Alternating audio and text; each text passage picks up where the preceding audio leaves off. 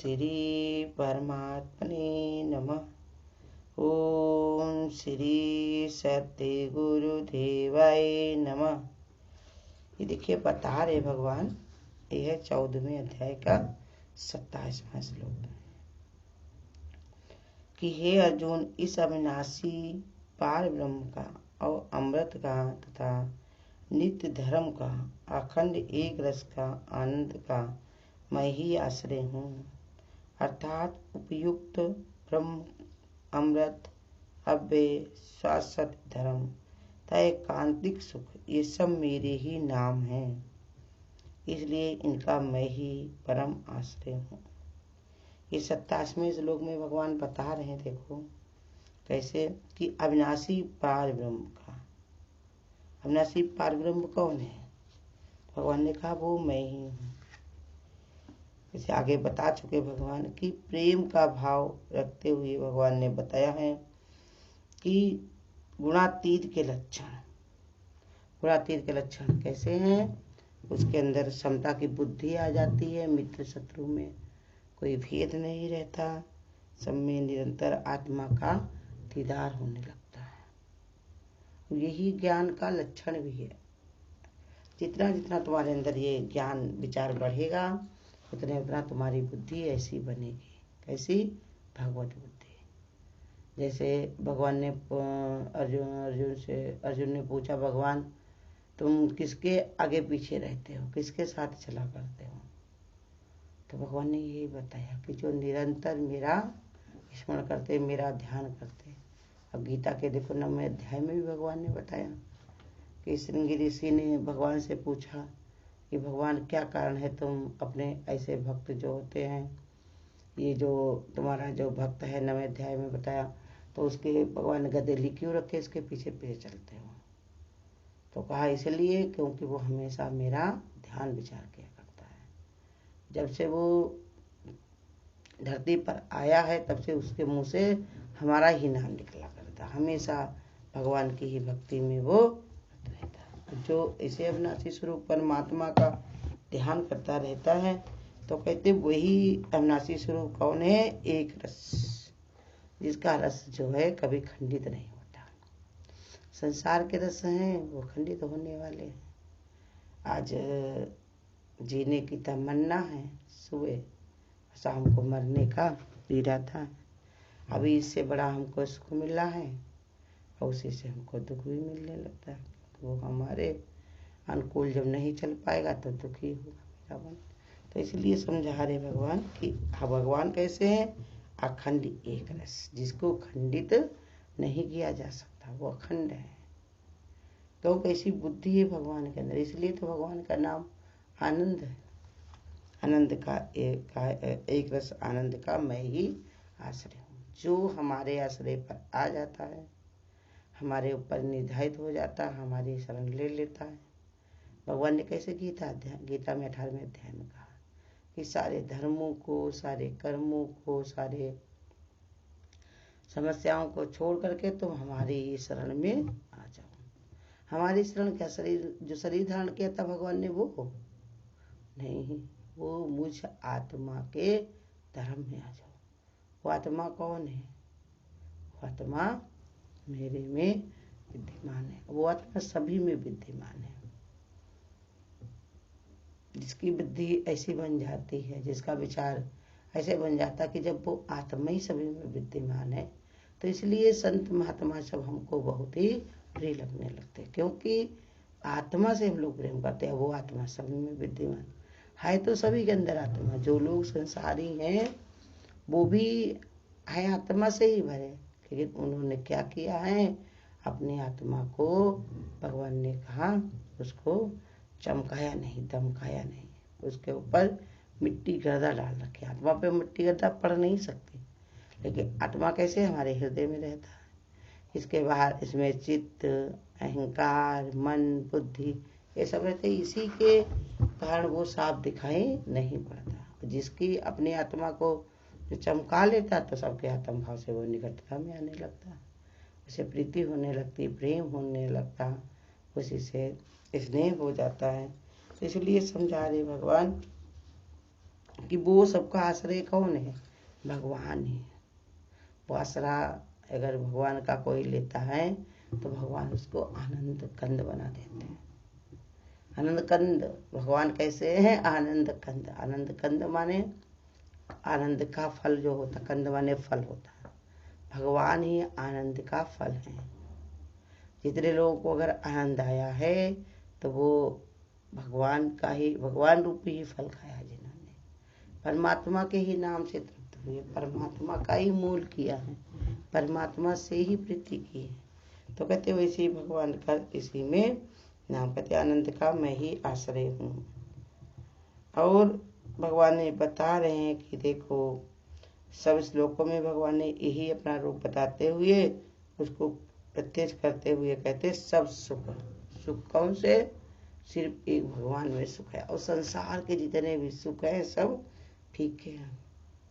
और संसार के सब सुख हो, एक भगवान का सुख नहीं तो सब बेकार है। अब एक भगवान का अगर सुख हो जाए, परमात्मा देखने की अभ्यासी बन जाए, भगवान का ही सुख लेने लगे, सब में भगवान है, भगवान है, भगवान है, भगवान ही सभी में विद्यमान है, ऐसे विचार अगर बन जाए तो भगवान ने कहा वही सब चीजें आनंदित हो जाती। जैसे एक लाइट जो होती है, जब तक नहीं कनेक्शन कराया जाता, कितने भी चीजें तुम झालर लगा लो, कितना भी उसको लटकवा लो, कितना भी लगा लो, लेकिन जब तक उसमें लाइट नहीं आएगी तब तक वो चमकेगा नहीं। ऐसे ही सब संसार में सब कुछ है, लेकिन जब तक भगवान की दृष्टि नहीं बनती तब तक वो सुख आनंदित नहीं हो सकता।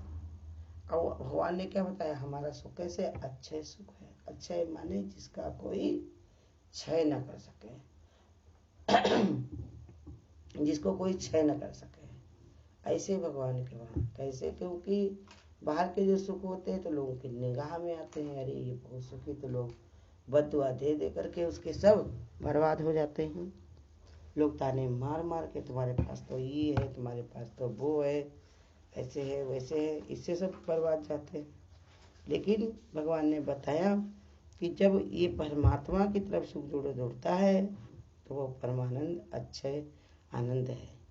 जो भगवान का स्वरूप है, वस्तुतः इन फलों में एक परमात्म भाव की ही प्राप्ति बताई गई। कहा कि देखो, चाहे कोई आनंद चाहे और चाहे अथाह सुख चाहे, अच्छे सुख चाहे, अच्छे आनंद चाहे, या भगवान से प्रीति चाहे, या एकांतिक सुख पाए, जो भी है तो सब ये भगवान के जुड़े बिना किसी को प्राप्त नहीं होते। इसलिए भगवान ने कहा तुम हमारी शरण लो ना, मैं ही अविनाशी पार ब्रह्म का, अमृत का, नित्य धर्म का मैं ही, एक रस का, आनंद का मैं ही स्वामी हूँ, मैं ही आश्रय, मैं ही स्वामी हूँ। कैसे? अविनाशी पार ब्रह्म का, जो अविनाशी परमात्मा है उससे अगर तुम जुड़ना चाहते हो तो भगवान कहते हैं मैं ही आश्रय हूँ। भगवान को तुम जानने लगो, समझने लगो, तो फिर धीरे धीरे भगवान तुमको जना करके ही मानेंगे। जो तुमको नहीं भी आता है तब भी भगवान कहते हैं हम तुमको वो दे देंगे, क्यों? हमारे पास है ना। बच्चा अगर नहीं भी कमाता है, नहीं भी कुछ उसको पढ़ा लिख पाया है भाग्य के कारण, लेकिन अपने पिता का आज्ञाकारी है तो क्या पिता उसको देगा नहीं? सब कुछ दे देगा अपना, धीरज रहे तो सब कुछ दे देगा। ऐसे ही ये बता रहे भगवान कि इसका आश्रय मैं हूँ। तुम हमारी तरफ चले आ रहे हो, हमारी तरफ बढ़े आ रहे हो, तो तुम्हें चिंता करने की जरूरत नहीं है। वो पार ब्रह्म परमात्मा मेरा ही स्वरूप है। जैसे भगवान ने बताया एक बच्चा होता है भटका हुआ, अगर वो चलता चला है, बच्चे भला भूल गया है हमारा घर कहाँ, लेकिन माँ बाप को तो पता रहता है। वो अपने बच्चे को वहाँ पे ला कर कहते आ जाओ आ जाओ, मैं यहाँ हूँ, मैं यहाँ हूँ। ऐसे भगवान ने समझा रहे कि देखो वो परमात्मा का स्वरूप मेरा ही अपना स्वरूप है, कहीं दूसरी जगह जाने की तुमको जरूरत नहीं है। बहुत परेशान होने की जरूरत नहीं है। जिन्हें हम ढूंढना चाहें वो हरदम पास है मेरे। वही परमात्मा मैं हूँ, सनातन आत्मा में। भगवान कहते वो तुम्हारे अंदर ही मैं विद्यमान हूँ, बस अपना ध्यान लगाना है तुमको, चित्त को भगवान में जुड़ना है। नित्य धर्म का, भगवान का धर्म कैसा है? नित्य धर्म। संसार के धर्म है जितने, ये नित्य धर्म नहीं है। कभी बच्चे वाले धर्म में पड़े थे देह के कारण, कभी माँ वाले धर्म में, कभी सास ससुर के धर्म में, कभी पति पुत्र परिवार के धर्म में। लेकिन कभी धर्म तुम्हारे परिवर्तित होते रहे। पंडितों में देखो शादियाँ होती हैं, इनकी लड़की उनके वहाँ, उनकी लड़की उनके वहाँ, परिवर्तित होते रहते। लेकिन भगवान कहते जो ये ऐसा भगवान ने बताया हमारे पास कैसा धर्म है, नित्य धर्म। नित्य माने नया, तरोताजा, बिल्कुल नया, हर समय आत्मा क्या है, बिल्कुल तरोताजा, बिल्कुल नहीं। इसमें कभी कोई भगवान ने कहा परिवर्तन नहीं होता, माने कि उसमें कोई विकार नहीं है। तो इसलिए बता रहे नित्य। और अमृत, अमृत माने जिसको कभी कोई मान नहीं सकता। एक मृत और एक अमृत। अमृत माने जो कभी भी मरने वाला नहीं, मरने वाले माने कभी भी खत्म होने वाला नहीं है। कोई के अंदर इतनी सामर्थ्य नहीं है जो उसको मार सके, क्योंकि भगवान कैसे हैं कि मैं तो अमृत हूँ, मुझ तक कोई पहुँच ही नहीं पाता। अब पहुँचता कौन है, जो भगवान स्वरूप ही हो जाता है। भगवान जैसे ही बन जाता है तभी भगवान अपना कर दिखाते हैं। तो उसको भगवान ने कहा मैं अपने छूते ही, अपने हृदय लगाते ही, अपनी शरण देते ही मैं अपना ही रूप उसको बना देता हूँ। तो फिर मृत होने की जरूरत ही नहीं। और फिर बता दिया अव्यय। अव्यय माने कोई इसको व्यय नहीं कर सकता, खत्म नहीं कर सकता, खर्च नहीं कर सकता। भगवान अव्यय है। इधर से कहने मीरा क्या कहती थी, शोर मचाऊं गली गली, हैं ले लो रे कोई राम का प्यारा, शोर मचाऊं गली गली।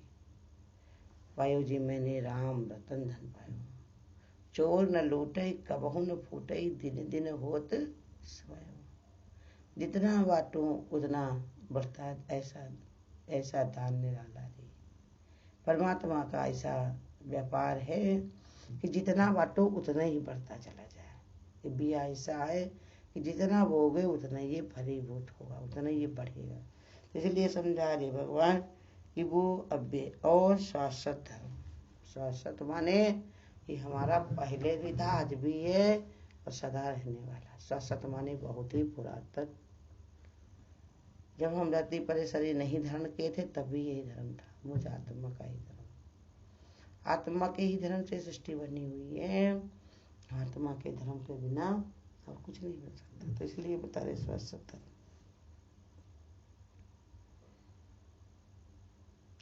शाश्वत धर्म एकांतिक सुख। जब भगवान से जुड़ जाता है कोई तो उसको एकांत अच्छा लगना नहीं था, ज्यादा परपंच उसको पसंद नहीं रहता। एकांतिक माने एक का भी एक अंत कर देना, एक मैं मेरा उसको भी हटा देने वाला, और एक आत्मा का ही सुख लिया करता, हमेशा आत्म भाव में ही मस्त रहता। जिसको आत्मा का स्वरूप समझ में आ गया, जो जान गया, तो वो अपने स्वरूप में ही झूमता और मस्त रहता। तो कहते वो एकांतिक सुख मुझ में ही है, मेरा ही स्वरूप है एकांतिक सुख। और ये सब मेरे ही नाम, नाम माने मेरे, नाम ही इंसान की पहचान होती है। तो ऐसे ही भगवान ने कहा तो हमसे पहचान करो, तो ये सब तुमको हम ऐसे ही जोड़ देंगे, तुम्हारे अंदर भी सब कुछ आएगा। संत महात्माओं को ये सब मिला है तभी तो आनंदित हुई ना। जो सुख पाए और राम भजन में, सो सुख नहीं अमीरी में, मन लागो मेरे यार फकीरी में। फिक्रों से खाली हो जाते हैं संत महात्मा, तो भगवान की भक्ति में आनंदित रहते हैं। उनको ये मतलब नहीं कि संसार वाले इसी समय का रोजगार कर लें या पालें वो कर लें, उनको ये मतलब नहीं। वो तो अपनी आत्मा में मस्त है, आत्म भाव में तृप्त है, संसार की चीजें छूटने वाली में कोई मोह ममता नहीं रहती। तो इसलिए कहते ये सब हमारा ही स्वरूप है, हमारी ही शरण होने से तुमको ये सब की प्राप्ति हो जाएगी। तुमको अलग से कहीं पर कुछ करने की जरूरत नहीं है। हरि ओम। अगर आपको आज की वीडियो अच्छी लगी हो तो वीडियो को लाइक और शेयर करना ना भूलें।